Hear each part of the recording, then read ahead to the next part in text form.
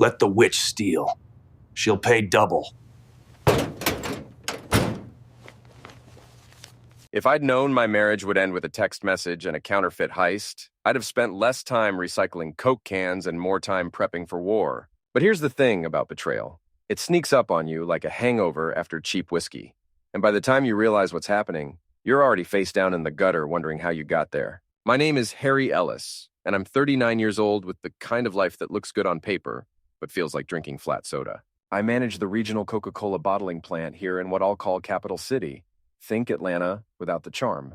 It's honest work, the kind that gets your hands dirty and pays the bills, but apparently not the kind that impresses your wife's country club friends or her trust fund parents. Amanda Ellis, my wife of 15 years, used to think my blue-collar pride was charming. "You're so real, Harry," she'd say, running her manicured fingers through my hair after I'd come home smelling like syrup and machinery. "Not like those boring finance guys my dad wanted me to marry." That was before she started finding herself at 36. The signs were there, of course. They always are. Amanda began spending more time with Michelle Hartley, her recently divorced friend who treated marriage like a hobby you could quit when it got boring. Michelle was the kind of woman who bought champagne for the table and white powder for the bathroom, if you know what I mean.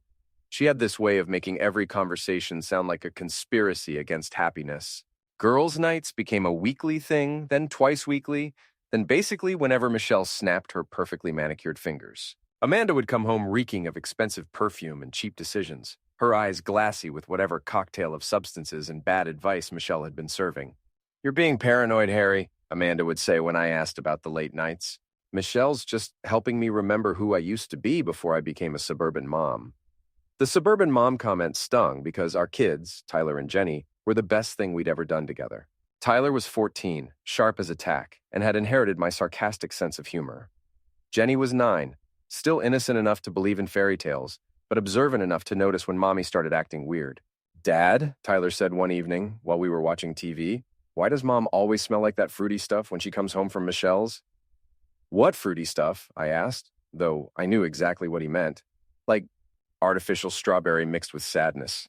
The kid had a point, and a way with words that would make a poet weep. The real wake-up call came when I started noticing the bills, Miami trips that I hadn't authorized, charges at expensive restaurants when Amanda claimed she was having quiet dinners with Michelle, hotel rooms in our own city, which made no sense unless you were doing something you couldn't do at home. Then there were the texts. Amanda had never been secretive about her phone before, but suddenly it was glued to her hand like a life support device. She'd smile at the screen with this dreamy expression that I hadn't seen directed at me in months. "Work stuff," she'd say when I glanced over. But Amanda didn't work. Her parents had made sure she never had to. The Baileys, Amanda's parents, lived in one of those mansions that screamed, "We have more money than taste." Richard Bailey owned half the commercial real estate in the city, and Margaret Bailey owned the other half of the social scene. They'd never liked me, not since the day Amanda brought home a bottling plant manager instead of a lawyer or doctor. "He's so blue-collar," Margaret had whispered to Amanda at our wedding, apparently unaware that I was standing 3 feet away. "Are you sure about this, darling?" Amanda had defended me then. "He's ambitious, Mom, and he makes me laugh." 15 years later, the laughing had stopped, and the ambition apparently wasn't enough. The final piece of the puzzle had a name, Jake Sanderson. 41 years old, recently divorced, and the owner of something called Wellness Solutions, which, as far as I could tell, was a fancy way of saying he sold overpriced supplements to rich people with too much time and money. Jake was the kind of guy who drove a BMW, wore designer suits to the grocery store, and thought white powder was a food group. I first heard about Jake through office gossip. Phil Martinez, my boss at Coca-Cola, mentioned him during one of our Monday morning meetings. "You know that wellness guy, Jake Sanderson?" Phil asked, stirring sugar into his coffee. "Heard he's been sniffing around the country club scene, throwing money around like he's trying to buy friends." "Don't know him," I said, which was true at the time. "Well, word is he's got a thing for married women. Likes the challenge, apparently. Real piece of work." I should have paid more attention to that conversation. The first time I saw Jake in person, he was getting out of his silver BMW in the parking lot of Jenny's school. Amanda was walking toward him, and even from 50 yards away, I could see the body language, the way she touched his arm, the way he leaned in close to whisper something that made her laugh. That laugh, I hadn't heard it in months. I sat in my truck, watching my wife flirt with another man in front of our daughter's elementary school, and felt something cold settle in my chest. Not anger, not yet, just this calm, calculating certainty that everything was about to change. Amanda didn't see me that day. She was too busy being charmed by Jake's expensive smile and whatever lies he was whispering in her ear. But I saw them. I saw everything. That night, I did something I'd never done before. I checked Amanda's phone while she was in the shower. The password was Jenny's birthday. She'd never changed it because she'd never had a reason to hide anything from me before. The text with Jake went back 3 months. 3 months of can't wait to see you and Harry doesn't understand me like you do, and photos that made my stomach turn.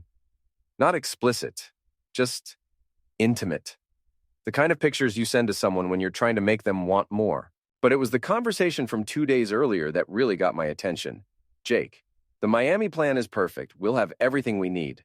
Amanda, I'm scared. What if Harry finds out before we're ready? Jake, he won't. Trust me, baby. By the time he figures it out, we'll be long gone with enough cash to start fresh. Amanda, the safe combination is his birthday. Everything's in there. My inheritance, the emergency fund, everything. Jake, perfect. Friday night? Amanda, Friday night. Friday was tomorrow. I put the phone back exactly where I'd found it and sat on the edge of our bed, listening to Amanda hum in the shower. She was humming Sweet Caroline, the song we'd danced to at our wedding. Here's the thing about betrayal. It doesn't just hurt, it clarifies. All those months of wondering if I was being paranoid, if I was imagining things, if maybe I was the problem, all of that disappeared in an instant. I wasn't crazy. I wasn't paranoid. I was just married to a woman who decided that 15 years of marriage and 2 kids weren't worth as much as whatever Jake Sanderson was promising her. But Amanda had made one crucial mistake. She assumed I was stupid. See, I'd known about her little shopping trips to our bedroom safe for weeks. I'd known about the emergency fund she'd been skimming from, and I'd known that eventually she'd try to take it all. So I'd prepared. 3 weeks earlier, I'd replaced every bill in that safe with absolutely perfect counterfeit money. Not the kind you could spot easily. I'm talking museum-quality fakes that would fool anyone who wasn't specifically looking for them. A buddy of mine from the Army had gotten into some interesting hobbies after his discharge, and he owed me a favor from way back. Amanda thought she was stealing $50,000 in real cash. What she was actually stealing was $50,000 in Monopoly money that would land her and her boyfriend in federal prison the moment they tried to spend it. The next evening, I sat in my living room with Tyler and Jenny, helping with homework and pretending everything was normal. Amanda was upstairs, packing for a girls' weekend with Michelle, or at least that's what she'd told the kids. At 8:47 p.m., my phone buzzed with a text message. Cleaned out the safe, starting fresh with Jake. Don't try to find us. A. I stared at the message for a long moment, then typed back, enjoy the cash. Tyler looked up from his math homework. Everything okay, Dad? Everything's perfect, buddy, I said, and for the first time in months, I actually meant it. The beauty of revenge is in the timing. Too fast, and people don't have time to really appreciate what's happening to them. Too slow, and they might figure out how to escape. But get the timing just right, and you can watch your enemies destroy themselves with the very tools they thought would save them. Amanda and Jake lasted exactly 4 days with their stolen fortune. I know this because Michelle Hartley, in a moment of wine-soaked stupidity, left me a voicemail on Tuesday night that I'm pretty sure was meant for someone else. Harry, it's Michelle. Shit, this is Michelle. Amanda wanted me to call and... Oh God, this is such a mess. They're in Miami, and the money's all fake, and Jake is losing his mind, and Amanda won't stop crying, and I think they're both going to jail, and... The message cut off there, probably because Michelle finally realized she was confessing to conspiracy charges on a recorded line. I played the message 3 times, savoring every slurred word. By Wednesday morning, my phone was ringing off the hook. First Amanda's parents, then Michelle again, then some lawyer whose name I didn't catch because I was too busy laughing.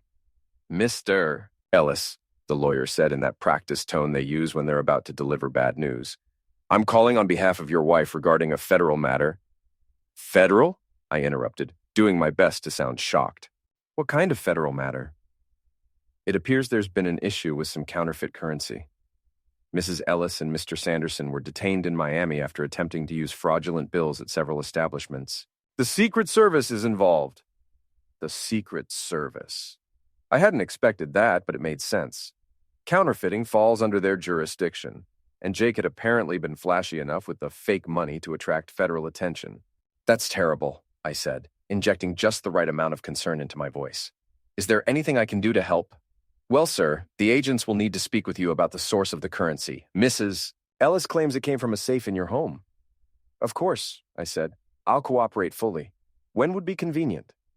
The Secret Service agents showed up at my house Thursday afternoon. Agents Patricia Coleman and David Chen, both exactly what you'd expect from federal law enforcement. Serious suits, serious expressions, and the kind of questions designed to make guilty people confess. Too bad I wasn't guilty of anything except being married to a thief. "Mr. Ellis," Agent Coleman said, settling into my living room chair with a notepad. "We need to ask you about the currency that was taken from your home safe." "Taken?" I blinked in confusion. "What do you mean, taken?" Agent Chen leaned forward. "Your wife didn't have permission to access the safe?" "Well, she knew the combination," I said slowly, as if I was just now realizing the implications. "But she never said anything about taking money out. I thought she was in Miami with her friend Michelle for a girls' weekend." "When was the last time you checked the contents of the safe?" Agent Coleman asked. I pretended to think. "Maybe 3 weeks ago. I don't really monitor it day to day. It's mostly emergency cash and important documents." "And where did this cash come from originally?" "My wife's inheritance from her grandmother, plus some emergency savings we'd built up over the years. All legitimate sources. I can provide documentation." Which was true. The real money had come from legitimate sources. The fake money was a different story entirely, but they hadn't asked about that. The agents spent 2 hours going through my financial records, interviewing me about Amanda's behavior, and examining the empty safe. My story was consistent, my alibi was airtight, and most importantly, Amanda's fingerprints were all over everything, while mine were conveniently absent from the safe itself. "Mr. Ellis," Agent Chen said as they prepared to leave, "did you have any knowledge of your wife's relationship with Jake Sanderson?" I let my face fall, playing the role of the betrayed husband. I suspected something was going on, but I didn't want to believe it. Amanda's been acting strange for months, staying out late, being secretive with her phone. But I never thought she'd steal from our family. Agent Coleman handed me her card. "We may have more questions as the investigation continues. Your wife and Mr. Sanderson are facing serious federal charges. Counterfeiting is not something the government takes lightly."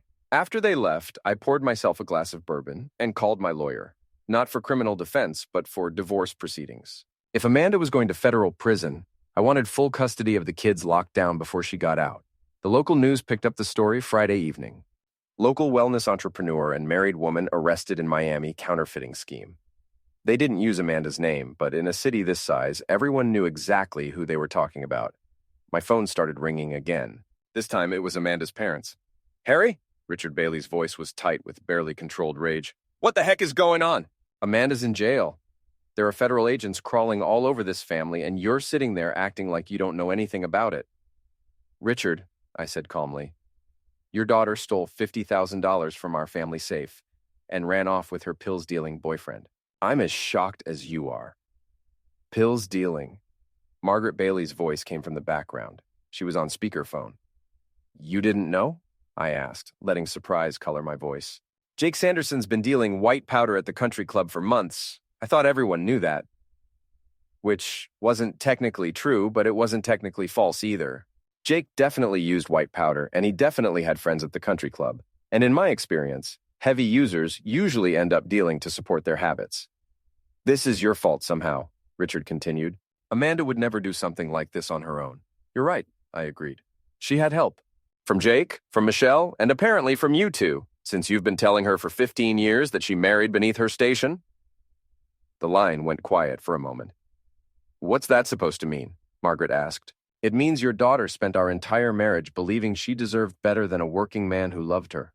And when some smooth-talking con artist showed up with promises of easy money and a better life, she was ready to throw away everything we'd built together." "Now you listen here," Richard started. "No, you listen," I interrupted, letting some real anger leak into my voice. "Your daughter is in federal custody for counterfeiting. She abandoned her children to run off with a criminal, and instead of taking responsibility for the values you raised her with, you're trying to blame me. Well, congratulations. You got exactly what you wanted. Amanda's finally free of her blue-collar husband."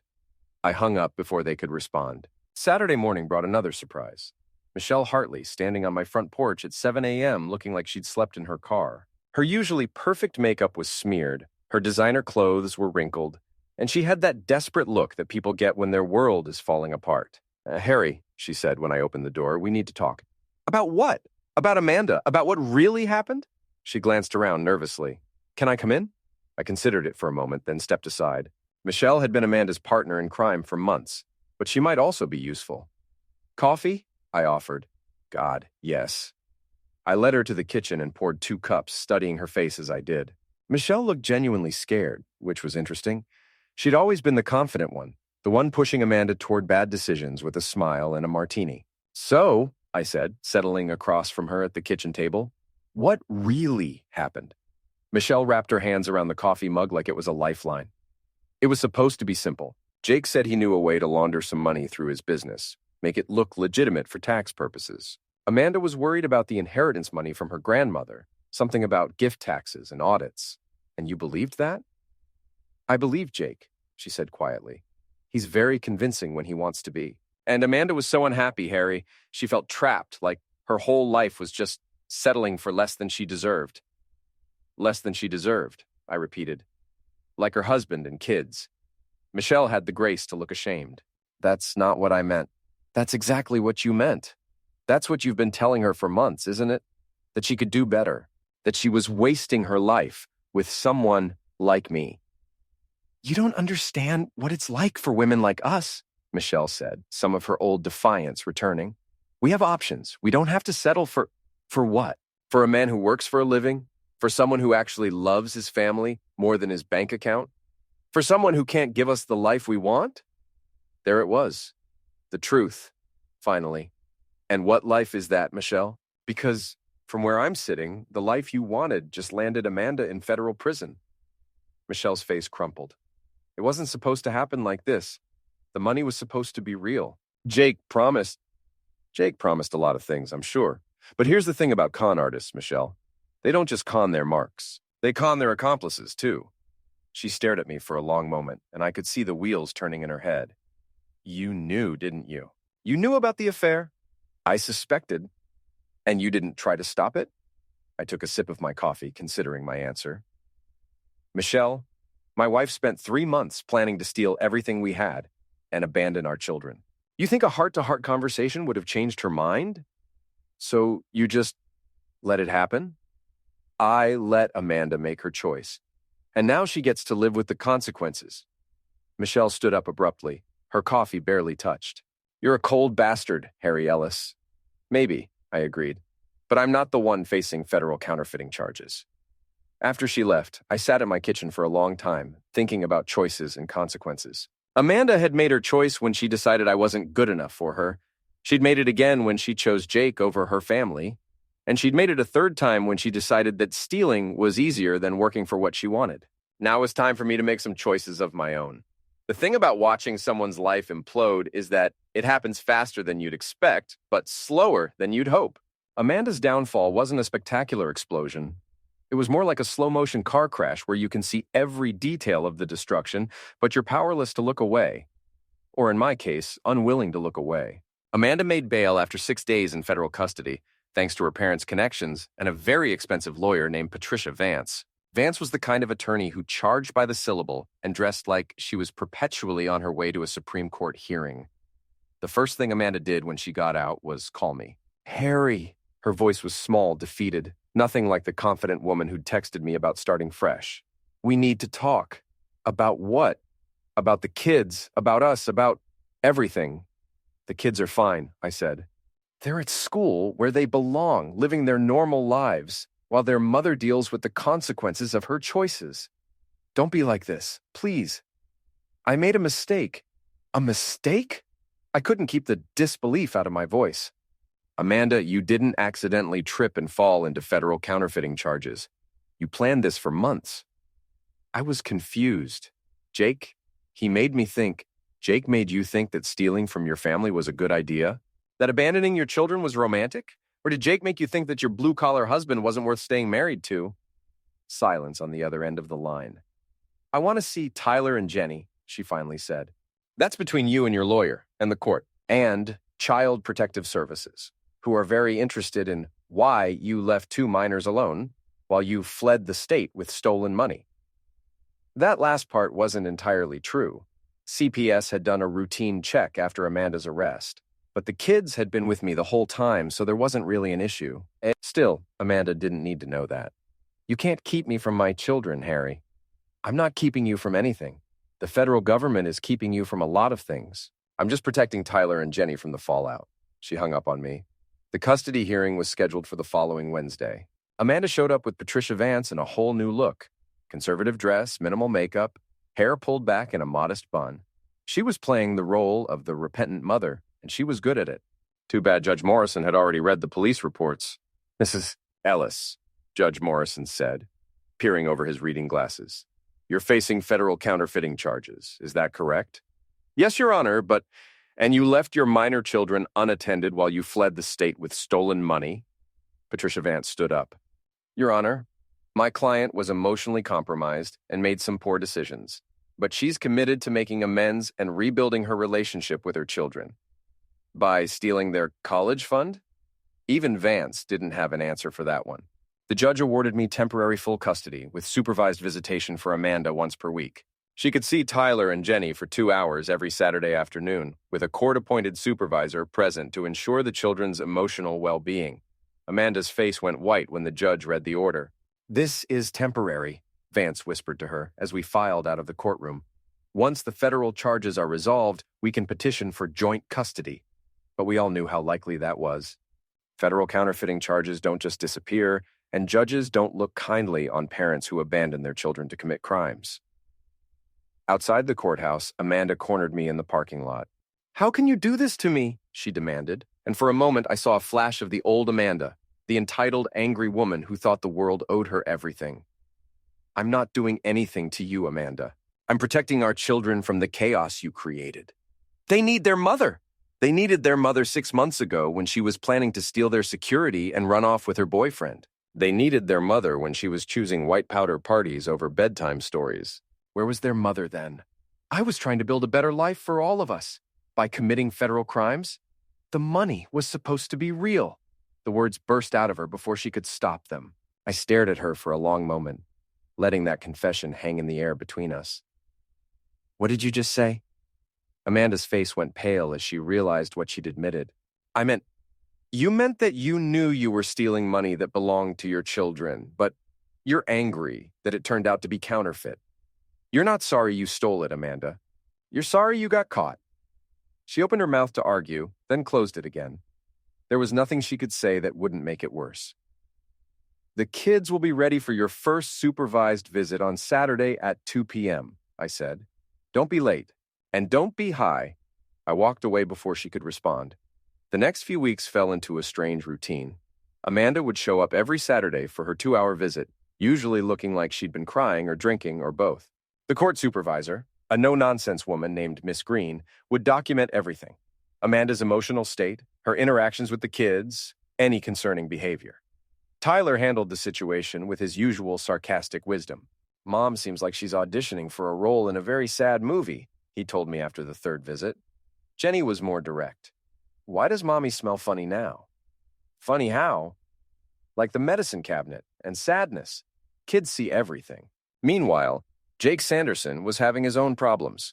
His wellness business collapsed almost immediately after his arrest. Turns out federal pills charges are bad for the supplement industry. His fancy BMW got repossessed, his penthouse condo went into foreclosure, and word around town was that he'd developed a serious gambling problem to go with his white powder habit. I learned all this from Phil, who heard it from his wife, who heard it from her sister, who worked at the bank that held Jake's business loans. Small city gossip networks are more efficient than the FBI. Guy's completely broke, Phil told me over coffee one Monday morning. Borrowed against everything to keep up appearances, and now it's all falling apart. Heard he's been trying to get money from some pretty dangerous people. That got my attention. Dangerous how? Dangerous like, they break your legs if you don't pay them back. Dangerous. Jake's been hanging around some of the casino crowd, and those guys don't mess around when it comes to gambling debts. I filed that information away for later use.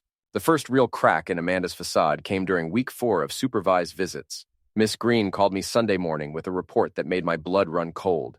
"Mr. Ellis, I need to inform you about yesterday's visit. Mrs.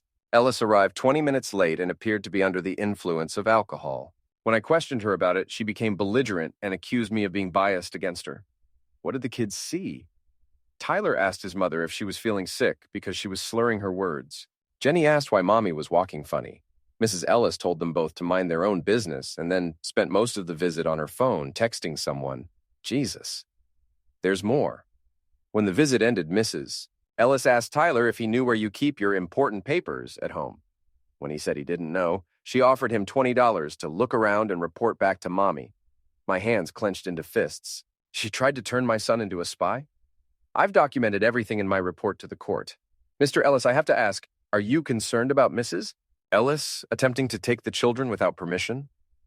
I thought about Amanda's desperation, her mounting legal bills, the way she'd looked at me in the courthouse parking lot like I was the enemy instead of the man she'd betrayed. "Yes," I said. "I think she might try something stupid." Miss Green's voice was grim. "I'll include that in my report as well. You might want to consider additional security measures." After I hung up, I sat in my kitchen, staring at my coffee and thinking about how far Amanda had fallen. The woman I'd married would never have tried to bribe our son for information. The woman I'd married would never have shown up drunk to see her children. But the woman I'd married had been gone for a long time. I was just now seeing who had taken her place. That afternoon, I had a serious conversation with Tyler and Jenny about safety. "Dad," Tyler said when I finished explaining the new rules about not going anywhere alone, "are you worried Mom might try to kidnap us?" I chose my words carefully. "I'm worried that your mom is making some very bad decisions right now, and I want to make sure you're both safe while she figures things out." "She's not going to get better, is she?" Jenny asked quietly. The question hit me like a punch to the gut because she was right. Amanda wasn't going to get better. She was going to keep spiraling downward until she hit rock bottom, and she was going to take everyone she could with her. "I don't know, sweetheart," I said, pulling Jenny onto my lap. "But whatever happens, you and Tyler are safe with me. That's a promise." That night, after the kids were asleep, I installed new locks on all the doors and set up a security system that would alert my phone if anyone tried to break in. It felt like overkill, but Amanda's behavior was becoming increasingly erratic, and I couldn't take any chances with Tyler and Jenny's safety. I was right to be paranoid. 3 days later, Amanda proved just how far she was willing to go. The call came at 2:47 p.m. on a Tuesday, right in the middle of my monthly production meeting. Phil's secretary knocked on the conference room door with an expression that meant someone was about to have a very bad day. "Harry," she said, "you need to take this call. It's about your kids." My blood went cold. Tyler and Jenny were supposed to be at school, safe in their classrooms, nowhere near whatever fresh heck Amanda had cooked up. "Mr. Ellis?" The voice on the phone was crisp, professional, and scared. "This is Principal Watson at Riverside Elementary. We have a situation with your daughter." "What kind of situation?" "Your wife attempted to pick up Jenny from school about 20 minutes ago. She didn't have proper authorization, and when we explained our policy, she became agitated." "Agitated how?" "She's in the parking lot right now, Mr. Ellis. She won't leave, and she's demanding to see Jenny. We've called the police, but I thought you should know." I was already grabbing my keys. "Is Jenny safe?" "Jenny's in my office with the counselor. She's fine, but she's scared. Your wife is... She doesn't seem well, Mr. Ellis. I'll be there in 10 minutes. Don't let Amanda near my daughter." The drive to Jenny's school felt like the longest 10 minutes of my life. Every red light, every slow driver, every second of delay made my chest tighter. Amanda had finally crossed the line from pathetic to dangerous, and my 9-year-old daughter was caught in the middle. I could see the commotion from 3 blocks away. 2 police cars, lights flashing, and a small crowd of parents and teachers gathered in the school parking lot. In the center of it all was Amanda, gesticulating wildly at a police officer while Michelle Hartley stood beside her, looking like she wanted to be anywhere else in the world. I parked and jogged toward the scene, catching fragments of Amanda's increasingly hysterical voice. "My daughter and I have every right. Court order clearly states. Her father is poisoning her against me." "Amanda!" I called out, loud enough to cut through the chaos. She spun around, and I barely recognized the woman standing there. Amanda had lost at least 15 pounds since her arrest. Her clothes hung loose on her frame, and her eyes had that glassy, unfocused look of someone who'd been mixing alcohol with prescription medication. Harry, she practically shrieked. Tell them I can see my own daughter. Officer Martinez, whom I recognized from Tyler's Little League games, stepped between us. Mr. Ellis, your wife is claiming she has custody rights, but the school says she is supervised visitation only, I said, pulling out my phone to show him the court order. 2 hours Saturday afternoons with a court-appointed supervisor present. Amanda's face contorted with rage. This is kidnapping! You're keeping my children from me. I'm following a court order that exists because you abandoned them to commit federal crimes? I never abandoned them. I was trying to build a better life. By stealing their college fund and running off with your pills dealer boyfriend? The crowd of onlookers murmured at that, and Amanda's face went red. Jake isn't a pills dealer. Tell that to the DEA agents who raided his condo last week. That was news to Amanda, judging by the way her face went white. Michelle grabbed her arm, whispering something urgent in her ear. Ma'am, Officer Martinez said gently, you need to leave school property. If you want to contest the custody arrangement, you need to do that through the courts. I just want to see my daughter, Amanda said, and suddenly she was crying. I just want to tell her I love her. For a moment, I almost felt sorry for her. Almost. You can tell her that on Saturday, during your supervised visit. If you show up sober. Amanda wiped her eyes, smearing her mascara. You think you're so perfect, don't you? You think you've won. This isn't about winning, Amanda. This is about protecting our children from the chaos you've created. I created? Her voice rose to a shriek again. You created this! You with your small-town dreams and your blue-collar pride. You held me back. You made me settle for less than I deserved. And what did you deserve? A con artist with a white powder habit and a federal rap sheet. Michelle tugged on Amanda's arm again. Come on, honey, let's go. This isn't helping anything. But Amanda wasn't done. You know what I think, Harry? I think you planned this whole thing. I think you wanted me to leave so you could play the victim and turn my children against me. The accusation was so close to the truth that I had to work to keep my expression neutral. You're paranoid, Amanda, and you're scaring your daughter. As if on cue, Jenny appeared in the school's front window, her small face pressed against the glass, watching her mother have a breakdown in the parking lot. The sight of her seemed to deflate Amanda's rage. Jenny, she whispered, then louder. Jenny, Mommy loves you. Jenny didn't wave back. She just stared, her expression unreadable. Ma'am, Officer Martinez said firmly, you need to leave. Now. Amanda let Michelle lead her toward their car, but she turned back one more time. This isn't over, Harry. I'm going to get my children back, and when I do, you'll be sorry you ever crossed me. It sounded like a threat, and from the way Officer Martinez's hand moved toward his radio, he'd heard it the same way. After they drove away, I went inside to collect Jenny. She was sitting in Principal Watson's office, coloring in a book, but I could see the tension in her small shoulders. Hey, sweetheart, I said, kneeling down beside her chair. You okay? Why was Mommy yelling? Jenny asked, without looking up from her coloring. Mommy's having a hard time right now, and sometimes when people are upset, they don't make good choices about how to express their feelings. Jenny considered this with the seriousness that only 9-year-olds can muster. Is Mommy going to get better? It was the same question she'd asked before, and I still didn't have a good answer. I hope so, baby, but right now, my job is to keep you and Tyler safe, while Mommy works on her problems. Jenny nodded and went back to her coloring. Can we get ice cream on the way home? Absolutely.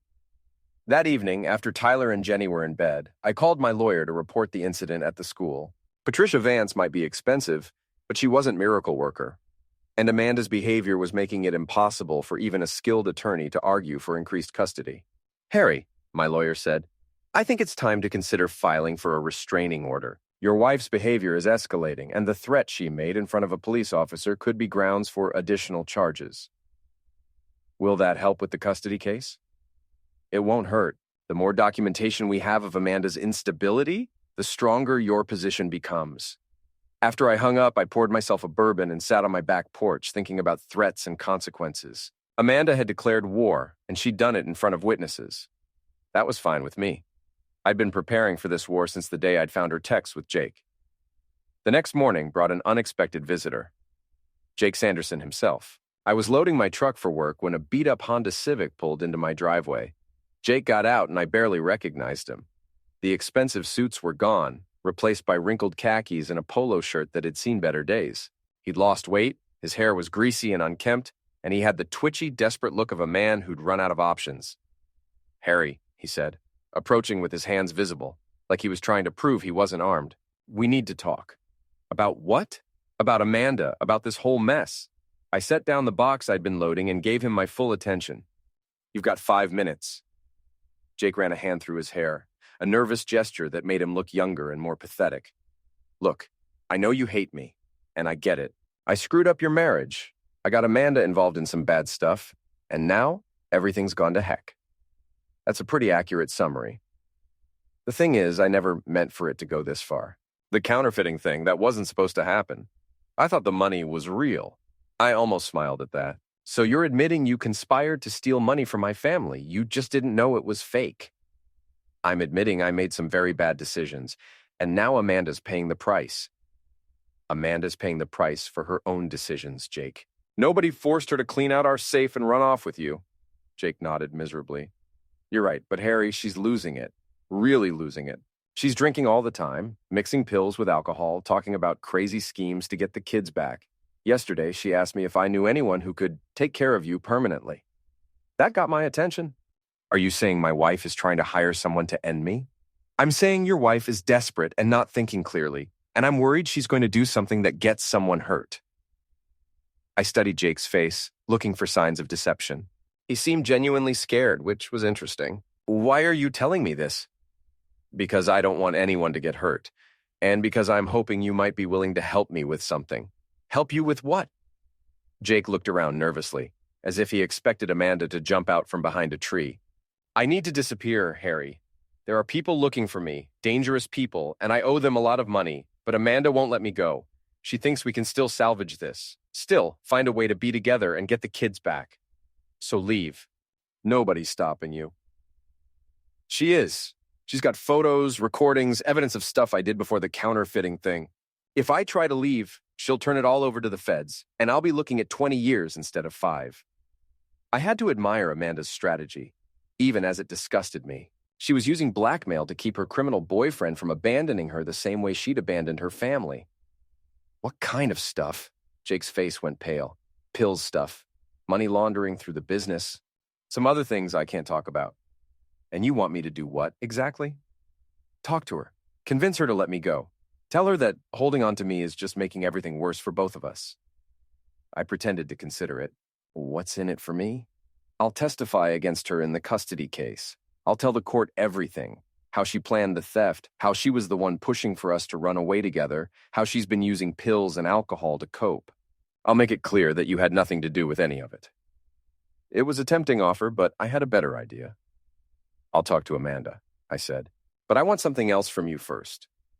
"What?" "I want you to help me give Amanda exactly what she deserves." Jake's eyes narrowed. "What do you mean?" I smiled, and for the first time in months, it felt completely genuine. "I mean, it's time for Amanda to learn that actions have consequences, and you're going to help me teach her that lesson. The beauty of a well-executed plan is that your enemies destroy themselves while thinking they're winning. All you have to do is give them enough rope and point them toward the nearest tree." Jake Sanderson, for all his faults, turned out to be surprisingly useful when properly motivated. The motivation in his case was simple.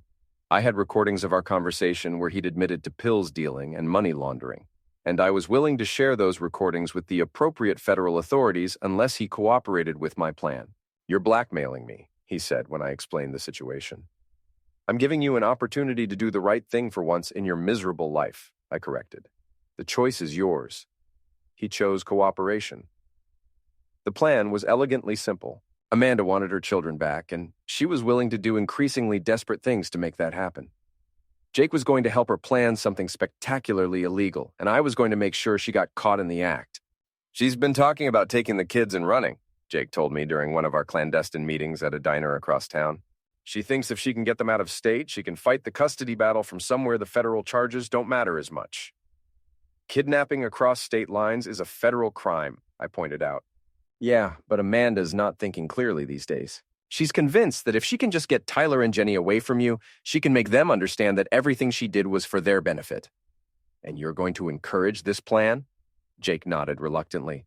"I'm going to help her think through the logistics, make sure she commits to something that will get her arrested before she can actually harm the kids." What did you have in mind? There's a custody exchange scheduled for this Saturday, right? Amanda's supposed to pick up the kids at your house for her supervised visit. What if she showed up with a car full of suitcases and tried to take them on a surprise vacation instead? I considered it. Aye, Mr. Green will be there for the supervised visit. Not if Amanda tells her there's been a change of plans. Not if she convinces the supervisor that you've agreed to let her take the kids for an extended visit. Miss Green would never believe that without documentation. Jake smiled for the first time since I'd known him. Amanda's very good at forging documents. It's one of her hidden talents. Perfect. We spent the next hour working out the details. Jake would plant the idea in Amanda's head, help her forge the necessary paperwork, and make sure she committed to the plan in a way that would be impossible to back out of. I would make sure the authorities were ready and waiting when she made her move. One question, Jake said as we prepared to leave. Why are you doing this? You could have just let Amanda spiral out on her own. Why go to all this trouble to destroy her? I thought about Tyler asking why his mother smelled like artificial strawberry in sadness. I thought about Jenny's small face pressed against the school window, watching her mother have a breakdown in the parking lot. I thought about 15 years of marriage thrown away for a con artist with a white powder habit. Because Amanda made a choice, I said. She chose to betray her family, steal from her children, and then blame everyone else for the consequences. She's spent months trying to convince herself that she's the victim in this story. It's time for her to learn that she's not. Jake nodded slowly. And after this is over? After she's arrested for attempted kidnapping? After this is over, you disappear. New city, new name, new life. And you never come anywhere near my family again. Deal.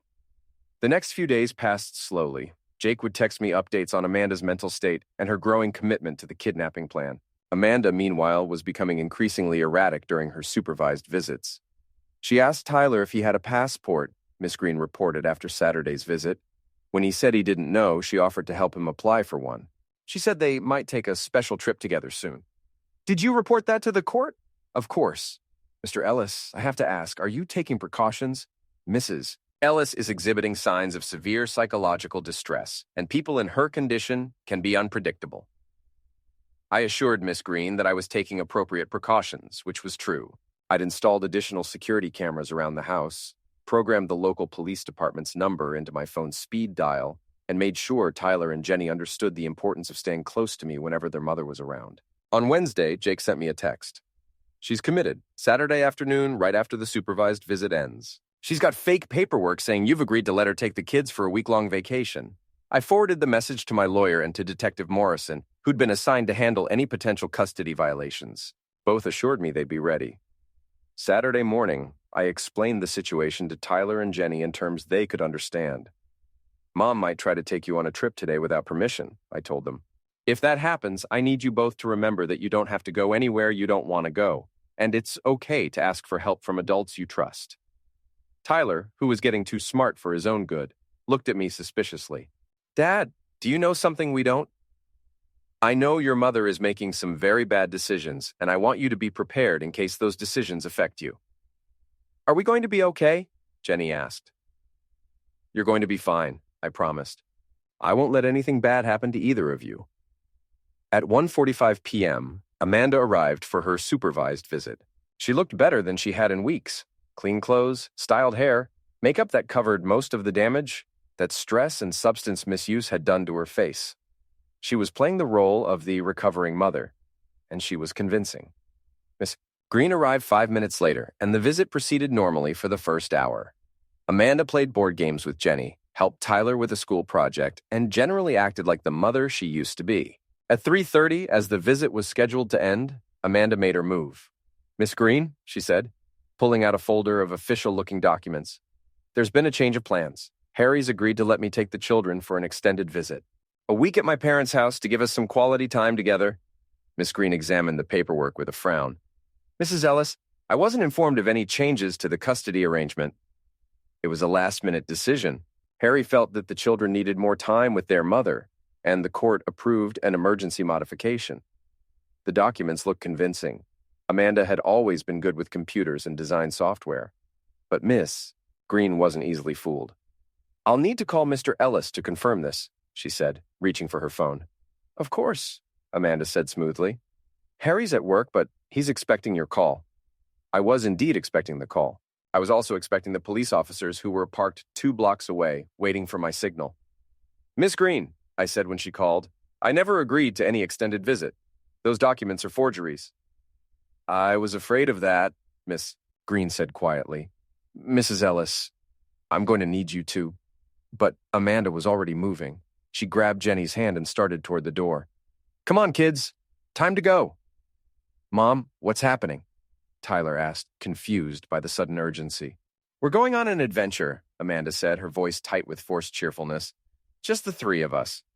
I don't want to go on an adventure, Jenny said, pulling back against her mother's grip. You'll love it once we get there, Amanda insisted, her grip tightening. Tyler, get your sister's backpack. Mrs. Ellis, stop, Miss Green said firmly.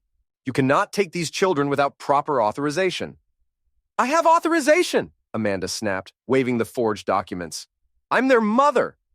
That's when Tyler, bless his sharp teenage mind, figured out what was happening. You're trying to kidnap us, he said, his voice flat with disbelief. Amanda's face went white. I'm not kidnapping you. I'm rescuing you from our home, from our school, from Dad.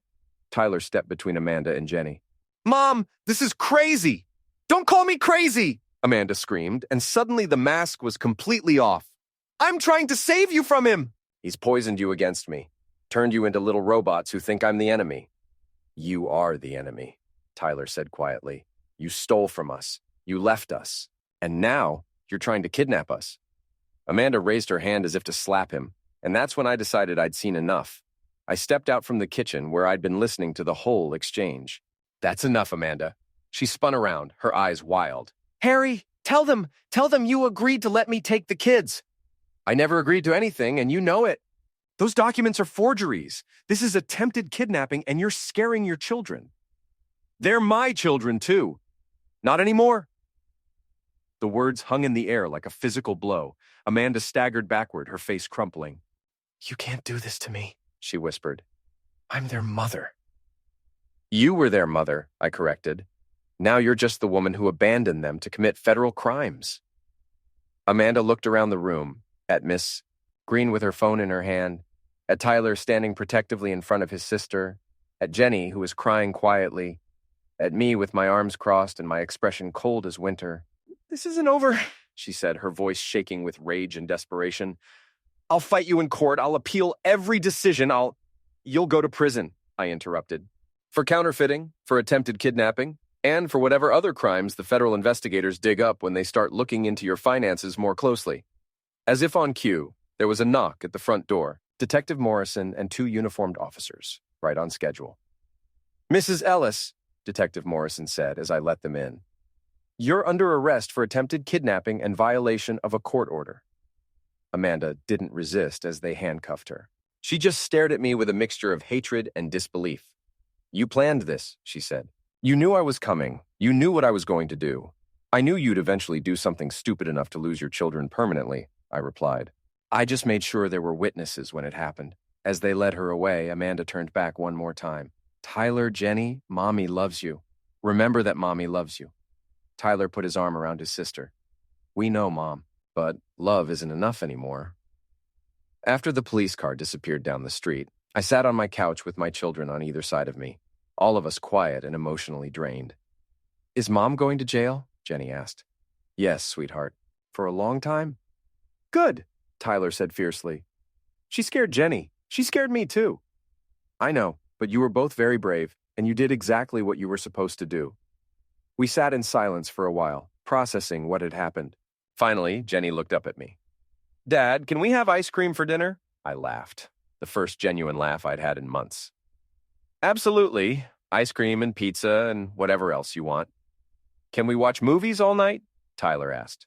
It's Saturday night. We just survived your mother's kidnapping attempt, and I think we all deserve some comfort food and mindless entertainment. As I watched my children's faces light up with the simple joy of ice cream and movie night, I felt something I hadn't experienced in a very long time. Peace. Amanda had made her choices, and now she would live with the consequences. Jake had disappeared as promised. I'd heard through the grapevine that he'd moved to another state and was working construction under an assumed name. Michelle Hartley had distanced herself from the whole mess and was apparently dating a married city councilman, which would probably end badly for everyone involved. And me? I had my children, my job, my house, and my dignity intact. I had won completely and decisively, not through violence or illegal schemes, but by simply letting Amanda destroy herself while I protected what mattered most. 3 months later, Amanda was sentenced to 8 years in federal prison for counterfeiting and attempted kidnapping. Her parents, who had spent their retirement savings on legal fees, sold their mansion and moved to a smaller house in a different city. Michelle's affair with the city councilman became public knowledge, ending both his marriage and his political career. Tyler and Jenny adjusted to their new normal with the resilience that children possess. They visited a counselor for a few months to process their feelings about their mother's choices, but they seemed genuinely happier without the chaos Amanda had brought to their lives. As for me, I learned something important about revenge. The best kind doesn't require you to become a monster. Sometimes all you have to do is step back and let justice take its course. On a warm Saturday evening, 6 months after Amanda's sentencing, I sat on my back porch with a cold Coca-Cola, watching Tyler teach Jenny how to throw a curveball in the backyard. The sun was setting, painting the sky in shades of orange and pink, and for the first time in years, everything felt exactly as it should be. My phone buzzed with a text from an unknown number. "You destroyed my life, Harry. I hope you're happy." I looked at the message for a moment, then deleted it without responding. Amanda could send all the angry texts she wanted from prison. They couldn't touch me or my children anymore.